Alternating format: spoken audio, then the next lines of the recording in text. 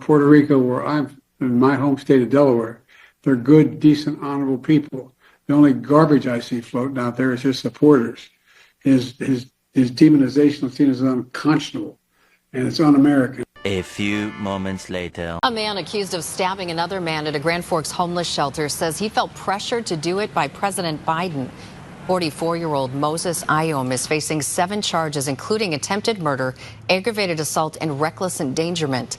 Ayom is accused of stabbing the 37-year-old man multiple times with a knife at Northland's rescue mission last Friday morning.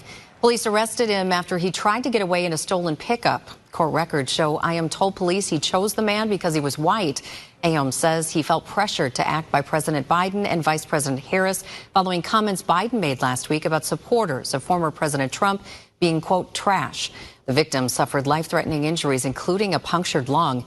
Ayom will make his first court appearance tomorrow morning. All right, guys, so we got to talk about a story that involves racism from the left. Actually, we got to talk about a couple stories involving racism from the left that is going to be swept under the rug by the mainstream liberal media. And I guess in this case, you can say that it's kind of justified because of the election, right? The fact that everybody's focused on the outcome of the election, Donald J. Trump becoming their president again. Okay, they're currently boohoo, whining, crying, and kicking and screaming. And, you know what the liberals do when they don't get their way, okay? They rage, right? So they're currently raging over that. But I'm not going to let stories like this be swept under the rug because people should know about the hate and bigotry that has been incited in this country by the Democrat Party. Okay, I'm trying to tell you guys, the Democrat Party, they're having a hood off moment right now where they're showing America that they really are the party of hate and bigotry. Okay, I'm so serious. They are the party of racism. And we have a couple stories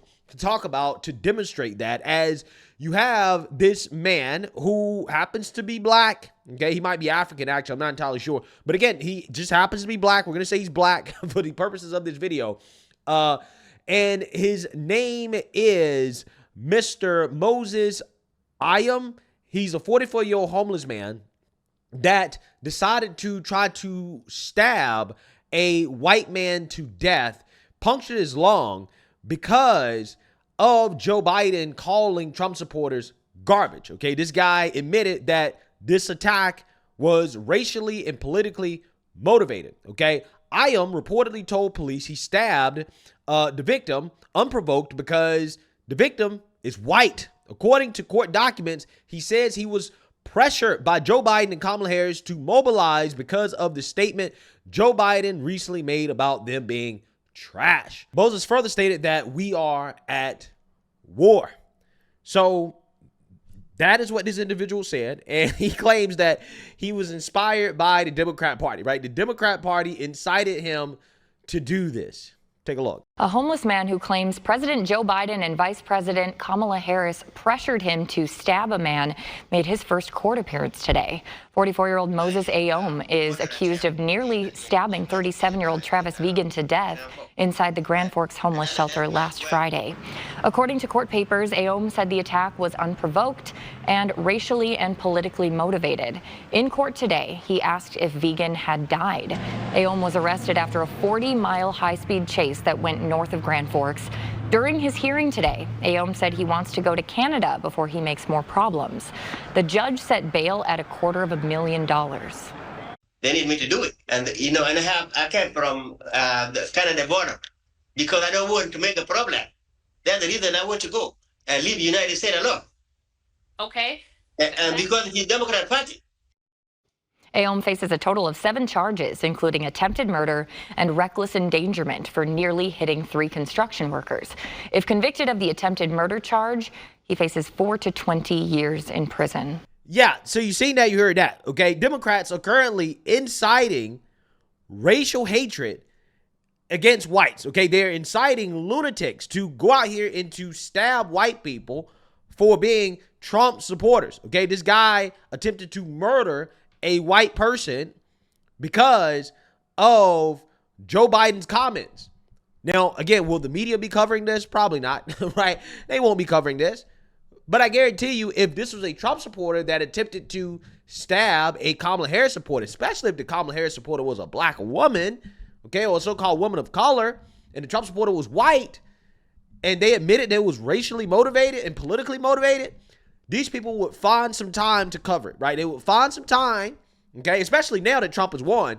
They'd find some time to say, see, this is Trump's fault. Trump is causing black women to be murdered in the streets by racist, white supremacists, right? This is what they say.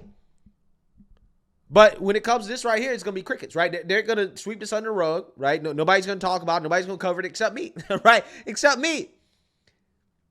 So that's not the only story of hatred and bigotry coming from the left, okay? Because there's a whole lot of it out here, right? And it's not just coming from the so-called people of color in the Democrat Party. It's also coming from the white liberals, okay? Because this white liberal woman was arrested for a hate crime after assaulting Trump supporters. And the Trump supporters just happened to be Trump supporters of color, okay? This took place out in Edmonds, Washington. And again, this is just another example of how the Democrats are dividing this country. Take a look. I want to know why you're voting for Trump. That's the only reason I want to know. That's the only thing. And I said because you're brown skin. Gina Powell says she was on the receiving end of that. She told me she'd never seen the 82-year-old until she was in her face. I was just shocked that just the presence of me, and she made it very clear it was my skin color. Gina was with her friend Mary Jennings doing this, supporting Donald Trump, waving flags and signs, when she said the woman confronted her over her political beliefs and race. And then that's when she shoved me, pushed me back, and I said, don't touch me. And then not even a second, she just popped me right in my chin.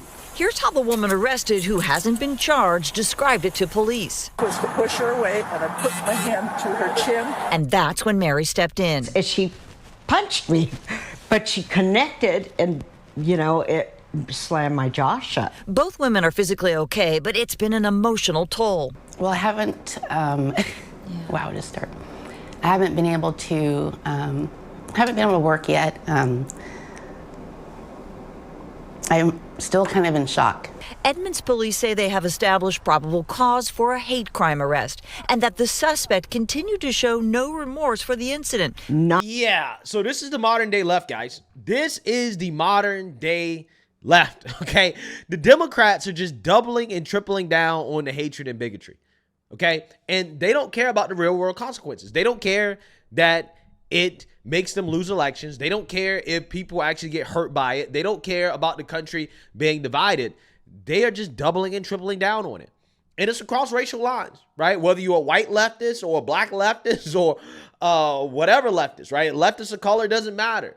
These people are the most intolerant individuals in this country, right? And I think one of the reasons why you see so much intolerance from the left is because, again, the Democrat Party themselves, they promote it, but also the mainstream liberal media. The mainstream liberal media has brainwashed a lot of people in this country to hate their neighbors, okay?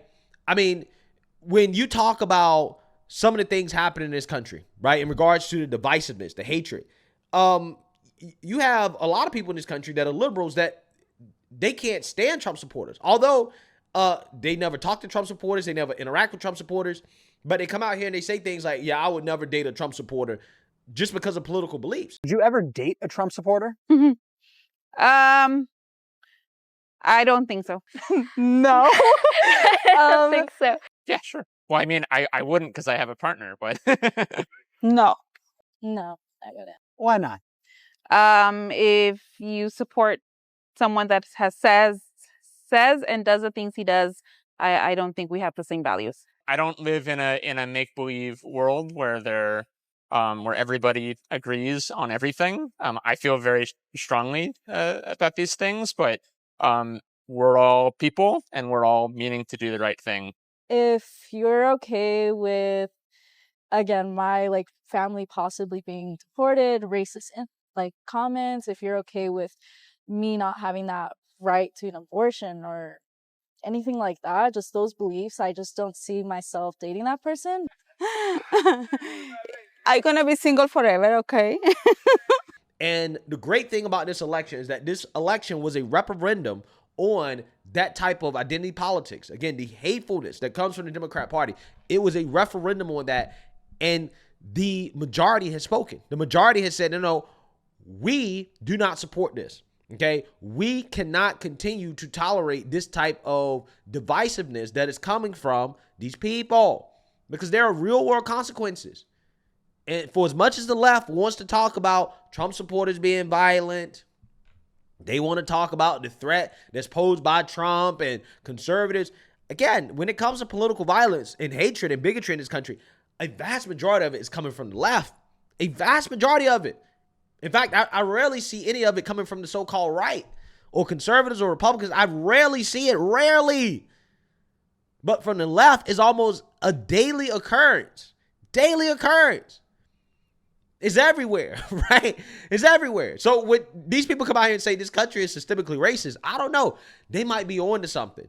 If they're talking about the Democrat Party, right? If they're talking about the left-wing loonies, then yeah, they might be on to something, okay? But, typically that's not what they're talking about. They're talking about conservatives and Republicans, okay? But again, I think most of the hate and bigotry that's happened, most of the systemic racism is within the Democrat Party. And stories like this are exactly what I'm talking about. So let me know what you guys think. Make sure you like, comment, and subscribe. Most importantly, share a Black conservative perspective. Peace.